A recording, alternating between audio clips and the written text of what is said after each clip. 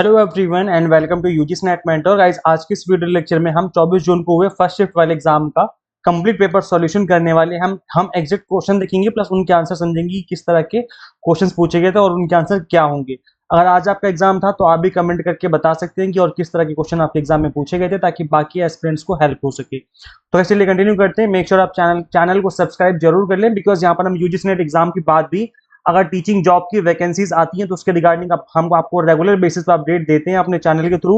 हमने अपनी ऐप के अंदर भी एक टीचिंग वैकेंसी अलर्ट करके एक टैब बनवा दिया है, जहां पर हम रेगुलर बेसिस पर जो वैकेंसीज हैं उनके नोटिफिकेशन अपलोड करते रहते हैं। सो एज मेक श्योर आप हमारी ऐप को भी अपने मोबाइल फोन में जरूर इंस्टॉल करें।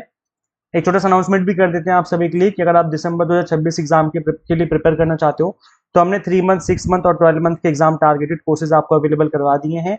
अभी फादर्स डे का 20% डिस्काउंट ऑफर चल रहा था, तो उसका आज लास्ट डे है। वैसे तो कल एक्सपायर हो गया था, बट एक दिन के लिए हमने और एक्सटेंड कर दिया इसे।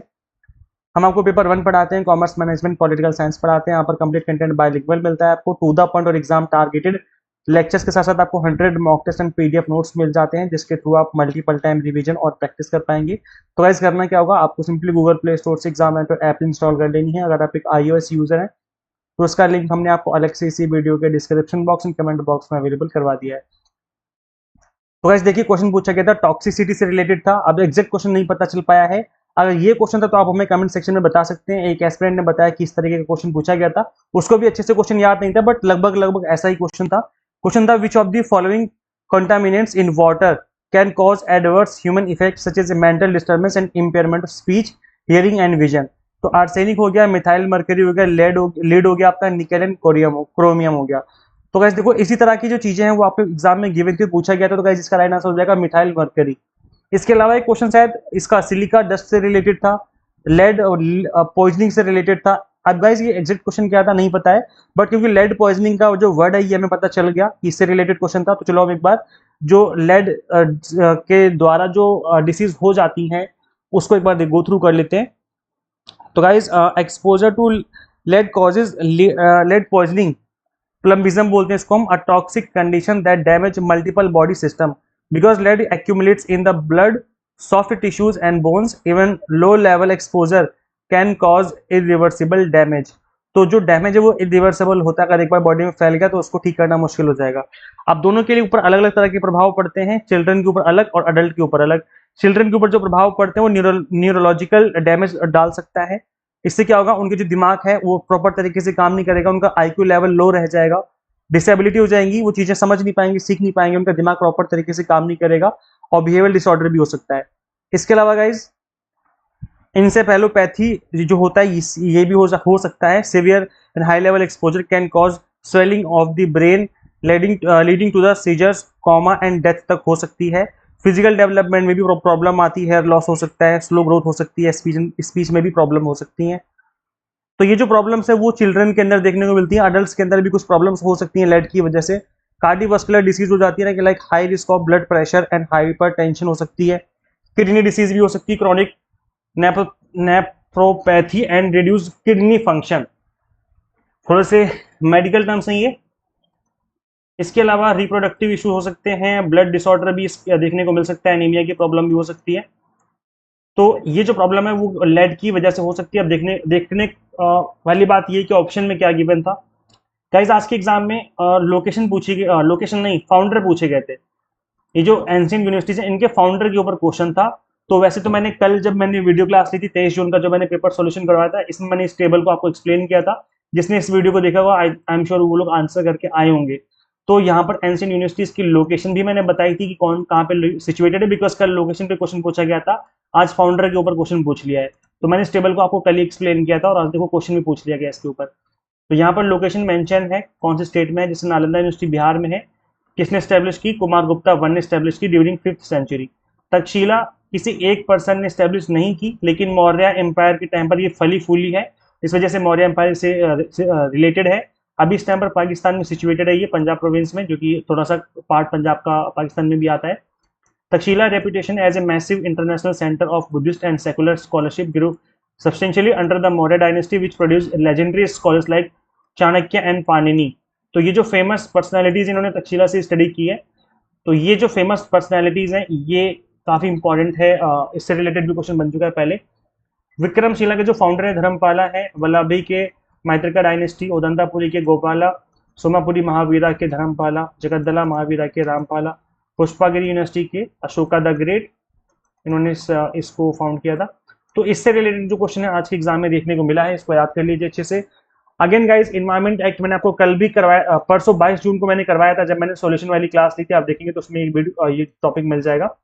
इसमें मैंने आपको, क्योंकि पहले दिन 22 जून को इसके ऊपर क्वेश्चन बन चुका है, आज देखो फिर से बन गया है 24 जून को। तभी मैं कहता हूँ कि जो पेपर सॉल्यूशन की वीडियोस होती हैं, फिर एग्जाम एनालिसिस की वीडियोस होती हैं, उनको देखा करो। जिनके एग्जाम होना अभी बाकी है उनको एडवांटेज होता है इस चीज से। तो इनके ईयर्स याद कर लो भाई, अभी भी इंपॉर्टेंट है, अभी भी बन सकता है क्वेश्चन आपके एग्जाम में। इन्वायरमेंट प्रोटेक्शन एक्ट 1986, ये आपका अम्ब्रेला वाला एक्ट है, जिसमें सारे एक्ट आ जाते हैं। जनरली ज्यादातर चीजों को ये कवर करता है, तो इसको अम्ब्रेला एक्ट भी कहा जाता है।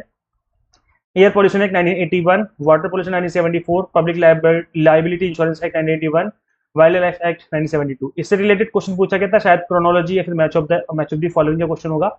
अब गाइस देखो, सिर्फ ये वाले एक्ट इंपॉर्टेंट नहीं है, बल्कि जो आपका प्रोटोकॉल वाले एक्ट हैं, अग्रीमेंट वाले जो ईयर्स हैं, वो भी याद कर लीजिए। जैसे क्योटो प्रोटोकॉल कब बना, रियो समिट कब हुई, कल रियो समिट पे क्वेश्चन पूछा गया था। तो इनके ईयर्स याद कर लो, जितने भी प्रोटोकॉल्स हैं उनके ईयर्स अच्छे से याद कर लो, एकदम आपके फिंगर टिप्स में होने चाहिए। काफी इंपॉर्टेंट टॉपिक है ये। ग्रीन अकाउंटिंग से शायद क्वेश्चन आज पूछा गया, कल पूछा गया, तो ये एक बार देख लेना कब पूछा गया था। तो ग्रीन अकाउंटिंग क्या होती है? It is an environmental and substantial accounting, it is an extended accounting system that integrates environmental and social cost into financial analysis. It measures the true environmental footprint of economic activities, adjusting traditional financial metrics to account for the depletion of natural resources and ecological degradation. सिर्फ ये बोला जा रहा है कि सिर्फ employ को salary देना ही कॉस्ट नहीं आती कंपनी की कॉस्ट वहां भी आती है जब वो एक इकोनॉमिक एक्टिविटीज जो कंपनी परफॉर्म करती है उसकी वजह से जो एनवायरमेंटल फुटप्रिंट निकल के आ रहे हैं, जितना कार्बन फैला रही है, जितना पॉल्यूशन फैला रही कंपनी, वो भी कॉस्ट है जो कि बेयर करनी पड़ती है पब्लिक को, सोसाइटी को। तो ये इन सब चीजों को अगर हम ऐड करते जाएंगे तो भी, अगर आप इन चीजों को ऐड करते हुए स्टडी कर रहे हो, मतलब अकाउंटिंग कर रहे हो, तो ग्रीन अकाउंटिंग कहलाएगी। RFID से रिलेटेड क्वेश्चन पूछा गया था आज के एग्जाम में। तो कैसे जो फ्रीक्वेंसी होती है RFID की, एक तो मुझे आप कमेंट सेक्शन में फुल फॉर्म बताना, क्योंकि मैंने अभी जब थोड़ी देर पहले एग्जाम एनालिसिस की वीडियो बनाई थी तब मैंने इसकी फुल फॉर्म और इसके बारे में बताया भी था आप सभी को। अभी हम इसके समझेंगे जो उसकी फ्रीक्वेंसी से रिलेटेड क्वेश्चन पूछा गया था। तो कैसे देखो, इसके अंदर मेनली 4 टाइप्स की फ्रीक्वेंसी होती है। पहले लो फ्रीक्वेंसी होती है, फिर हाई फ्रीक्वेंसी, फिर अल्ट्रा हाई फ्रीक्वेंसी होती है, और फोर्थ टाइप होती है आपकी माइक्रोवेव वाली फ्रीक्वेंसी। ठीक है, तो कैसे देखो, सबसे लो फ्रीक्वेंसी जो होती है वो 125 से 134 किलो हर्ट्ज तक हो सकती है। इसकी शॉर्ट रेंज की होती है, यूज की जाती है एनिमल टैग करने के लिए। आपने देखा होगा कि जो स्ट्रे एनिमल्स होते हैं, जो सड़क पे गाय या भैंस वगैरह होती है, या फिर कोई दूसरा डॉग वगैरह हो गया, तो उसके कान में, उनके ईयर में आपने देखा होगा कई बार टैग लगा होता है, वो यही होता है, लो फ्रीक्वेंसी टैग होता है RFID वाला। इसमें क्या होता है, इसको ढूंढना आसान होता है कि भैंस कहाँ पे, इस टाइम पर गाय कहाँ चलेगी, कहाँ पे खड़ी है, या फिर जो हमारा डॉग है वो कहाँ अगर खो गया तो उसको ढूंढना आसान हो जाएगा। तो इसको इसलिए उनके कान पे टैग कर दिया जाता है ना। इस एक्सेस कंट्रोल हमारे लिए ईजी हो जाता है इनका। हाई फ्रीक्वेंसी जो होती है 13.5 मेगाहर्ट्ज की हो सकती है। Common in smart card, library system, NFC, जो हमारे स्मार्ट कार्ड होते हैं, याद करो, जो आपकी मेट्रो सिस्टम है, और जो आपके लाइब्रेरी का जो कार्ड होता है, अगर आपकी लाइब्रेरी में था, तो हमारी लाइब्रेरी में कार्ड था, हम लोग यूज़ किया करते थे। मेरा Shri Ram college of commerce SRCC की लाइब्रेरी की बात कर रहा हूँ, जो कि दिल्ली यूनिवर्सिटी का कॉलेज है। हमारे कॉलेज में लाइब्रेरी सिस्टम बहुत अच्छा था, एकदम वर्ल्ड क्लास लाइब्रेरी बना के रखी हुई थी इन्होंने, तो वहाँ पे इस तरह का कार्ड यूज़ किया जाता था। इसके अलावा एक अल्ट्रा हाई फ्रीक्वेंसी होती है UHF, इसकी फ्रीक्वेंसी होती है 860 से लेकर 960 मेगाहर्ट्ज तक, और इसका यूज़ होता है लॉन्ग रेंज में, फास्ट रीडिंग होती है इसके through. Used in supply chain, inventory tracking. Microwave RFID होती है, इसकी 2.5 गीगाहर्ट्ज तक हो सकती है, समटाइम 5.8 गीगाहर्ट्ज टू, मतलब और ज़्यादा बढ़ा सकते हैं इसको। हाई स्पीड डेटा ट्रांसफर इसके थ्रू होता है। टोल कलेक्शन में इसका यूज़ होता है, क्योंकि वहाँ पर बहुत स्पीड से गाड़ियाँ निकालनी होती हैं। स्पेशलाइज ट्रैकिंग जो है इसके थ्रू की जा सकती है। तो इससे रिलेटेड गाइस आज के एग्जाम में क्वेश्चन पूछा हुआ था, शायद फ्रीक्वेंसी पूछी गई होगी, ये कितने हर्ट्ज तक होती है, तो ये आप याद कर लीजिए। गाइस एक बार मैं आपको बोलूंगा कि जिनके एग्जाम अभी होने बाकी है, आप लोग ना एक बार नॉइस पॉल्यूशन की जो कुछ जो लेवल होते हैं उनको भी याद कर लेना, क्योंकि अगर लेवल से रिलेटेड क्वेश्चन बन रहे हैं तो हो सकता है कि नॉइस पॉल्यूशन से रिलेटेड क्वेश्चन आपके एग्जाम में पूछ लिया जाए। अब टाइप 1 एरर से क्वेश्चन था, तो मैंने टाइप 1 एरर, टाइप 2 एरर आपको अच्छे से बता के रखा हुआ है पहले से ही कि टाइप 1 एरर कब होता है, जब आप ट्रू प्यार को, यानी सच्चे प्यार को ठुकरा दिया, रिजेक्ट कर दिया, टाइप 1 एरर। मतलब नल हाइपोथेसिस हमारी ट्रू थी और आपने उसको रिजेक्ट कर दिया, तो टाइप 1 एरर कर दिया। और टाइप 2 एरर कब होता है, जब आपने फॉल्स यानी झूठे प्यार को अपना लिया, एक्सेप्ट कर लिया, नॉट रिजेक्ट मतलब एक्सेप्ट कर लिया, ठीक है, तो ये हो जाएगा टाइप 2 एरर। इससे रिलेटेड गाइस आज की एग्जाम में क्वेश्चन पूछा हुआ था। इसके अलावा एच इंडेक्स पे क्वेश्चन पूछा हुआ था। एच इंडेक्स क्या होता है? It is a measure used to evaluate a researcher's productivity plus impact of citation. तो इससे क्या है, एक जो रिसर्चर है उसकी प्रोडक्टिविटी और साइटेशन के इम्पैक्ट को मेजर किया जाता है इस इंडेक्स के थ्रू। अब इसको इसमें क्या नापा जाता है? The maximum number of papers published by a researcher that have each received at least the same number of citation, कि पेपर कितने पब्लिश हुए हैं और उसमें कितने नंबर्स में कितनी बार उसको साइट किया गया उसके पेपर को, इससे रिलेटेड जो है एच इंडेक्स होता है। अब ये एग्जैक्ट क्वेश्चन क्या था, किस सेंस में पूछा गया था, वो हमें एग्जैक्ट क्वेश्चन नहीं पता चल पाया है। अगर आपका एग्जाम था तो आप हमें कमेंट करके बता सकते हैं कि एक्चुअल में क्वेश्चन कैसा था, तो उसका आंसर किया जा सकता है। ग्राउंडेड थ्योरी पे क्वेश्चन पूछा हुआ था guys. Grounded theory is a research method used mainly in qualitative research to develop theory from data collected from the field rather than starting with pre existing theory. तो आपने जो पहले से जो थ्योरी एग्जिस्ट करती है उसको ध्यान ना दे करके, उस पर फोकस ना करके आपने डेटा कलेक्शन किया है और उस पर स्टडी कर रहे हो, मतलब ये एकदम ही रियल, एकदम ओरिजिनल रिसर्च कहलाएगी ग्राउंडेड थ्योरी। नाम से पता चल रहा है ग्राउंड में जाके आप डेटा कलेक्ट करके स्टडी कर रहे हो। तो सबसे पहला स्टेप क्या होता है? डेटा कलेक्ट करना है थ्रू इंटरव्यूज, ऑब्जर्वेशन, डॉक्यूमेंट्स। फिर उनको एनालाइज करते हैं, कंटिन्यूसली आइडेंटिफाई करते हैं पैटर्न को, कॉन्सेप्ट को, कैटेगरीज को। फिर फाइनली हम बिल्ड करते हैं अपनी थ्योरी, जो भी आपने किया है अभी तक उसको हम थ्योरी की शेप दे देते हैं। इस तरीके की अगर चीजें की जाएंगी तो ग्राउंडेड थ्योरी कहलाएगी। नाम से पता चला ग्राउंडेड थ्योरी का मतलब है ग्राउंड लेवल पे जाके स्टडी करना। साइबर ग्रूमिंग पे क्वेश्चन था गाइस। साइबर ग्रूमिंग में क्या होता है कि कोई प्रेडेटर यानी जो कोई वैसी दरिंदा मैनिपुलेट्स करता है हमारे टीनेजर को ऑनलाइन, किसी बच्चे को या फिर टीनेजर को ऑनलाइन उसका ट्रस्ट गेन करने के लिए। Goal is to build an emotional connection to eventually exploit the victim for sexual abuse, human trafficking and और सेक्सटॉर्शन। तो गाइस ये जो प्रॉब्लम है वो उसको साइबर ग्रूमिंग कहा जाता है, जहां पर ऑनलाइन जा करके जो बच्चों को फंसाने का काम करते हैं। कम्युनिकेशन के थिंकर से रिलेटेड क्वेश्चन पूछा हुआ था गाइस। तो देखो मैंने यहाँ पर कंप्लीट लिस्ट डाल दी है कि कौन सी ईयर में कौन सी थ्योरी डेवलप की गई है, तो इनके नाम आप याद कर लीजिए। तो यहाँ पे थिंकर के नेम गिवन है, कहाँ पे? यहाँ पे इस जगह पे। This is thinker name, Lasswell model जिसको कहते हैं हम लोग, ठीक है। यहाँ पे थिंकर के नेम गिवन है इस जगह पे, यहाँ पर थ्योरी का नाम गिवन है और किस ईयर में बनाया गया है। क्योंकि अभी परसों जो एग्जाम हुआ था, आई थिंक 23 से 22 को एग्जाम होता है, उसमें ईयर पूछ लिया गया था कि मतलब इस थ्योरी का ईयर कौन सा है। तो ये आपको ईयर भी याद होनी चाहिए, तो ईयर भी याद कर लो, इंपॉर्टेंट है। साथ में थिंकर का नेम 1928 में बनी थी हैरल्ड डी लासवेल थ्योरी, जिसको लासवेल कम्युनिकेशन मॉडल के नाम से जानते हैं हम लोग। 1948 में बनी Claude Shannon and Weaver model, Shannon Weaver model जानते हैं हम लोग। 1948 1953 Theodore M Newcomb ABX model. 1954 Wilbur Schramm model, जिसको बोलते हैं हम लोग कम्युनिकेशन का। तो अब गाइस देखो मॉडल तो काफ़ी सारे हैं, ठीक है, और काफ़ी सारी थ्योरीज भी हैं। इधर नाम ईयर्स मेंशन है, आप पढ़ लीजिए एक बार। इधर थ्योरी के नाम मेंशन, इनको पढ़ लीजिए। आप चाहो तो स्क्रीनशॉट भी ले सकते हो उसका बाद में याद करने के लिए, ठीक है।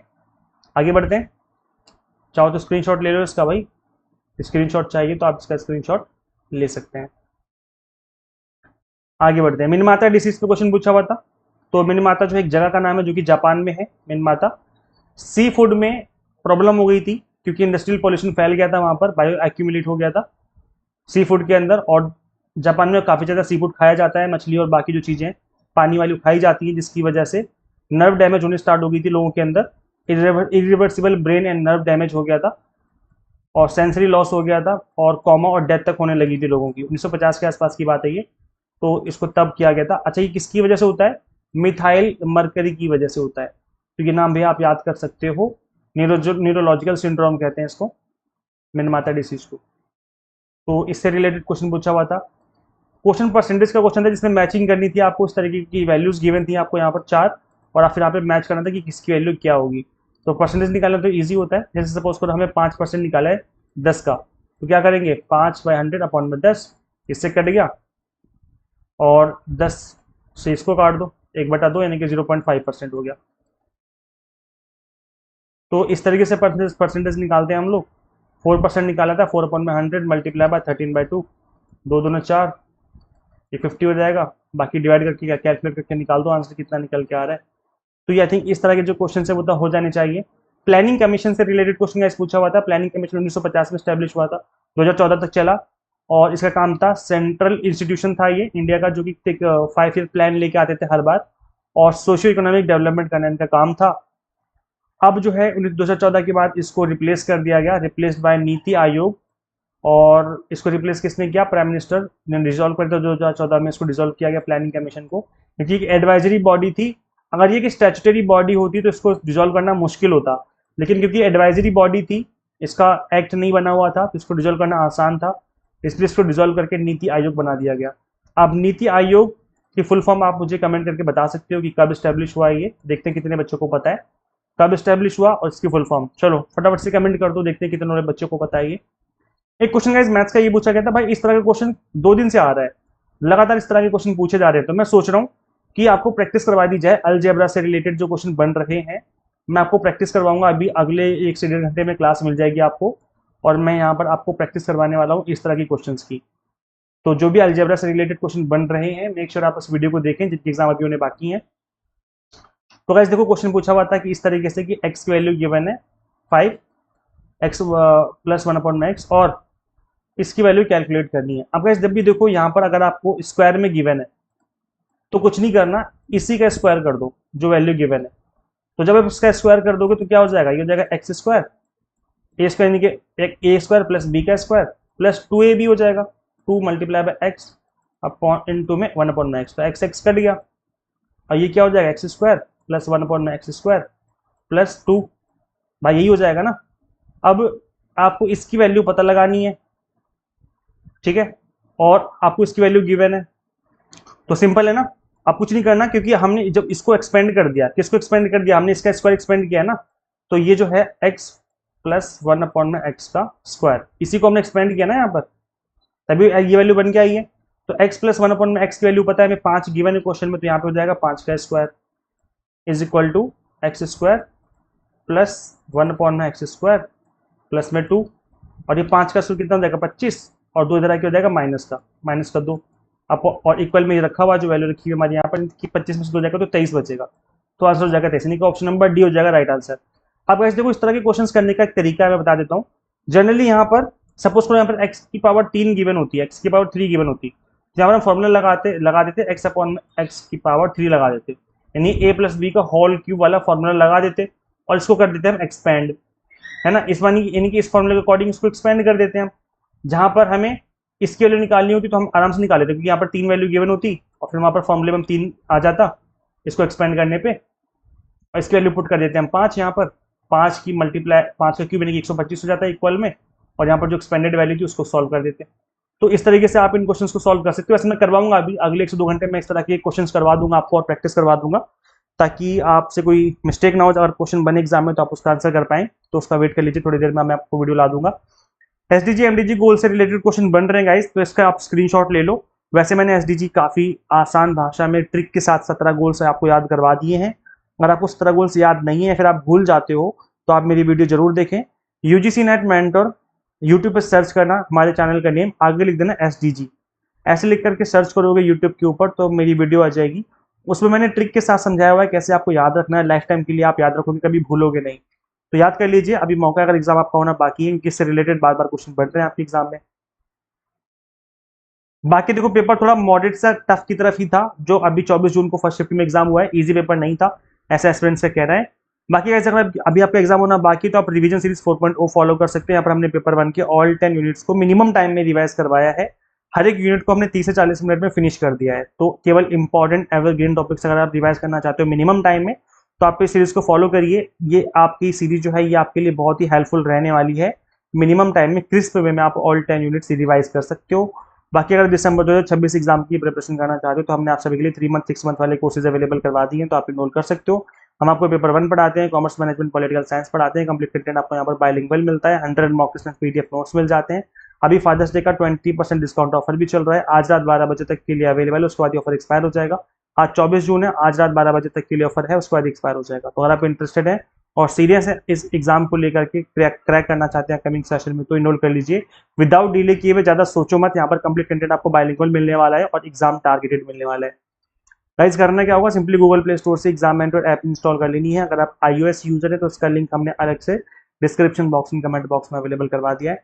So thank you, share this video with all UGC net aspirants and subscribe for assistant professor job related updates, because guys हम आपको यहाँ पर जॉब से रिलेटेड भी अपडेट देते हैं। हमारी ऐप पे तो हमने एक डेडिकेटेड एक अलग से टैब बनवा दिया जहाँ पर आपको टाइम टू टाइम नोटिफिकेशन भी हम आपको अपलोड करके बताते रहते हैं कि वैकेंसीज आई हुई हैं, आप लोग अप्लाई कर लीजिए। So thank you.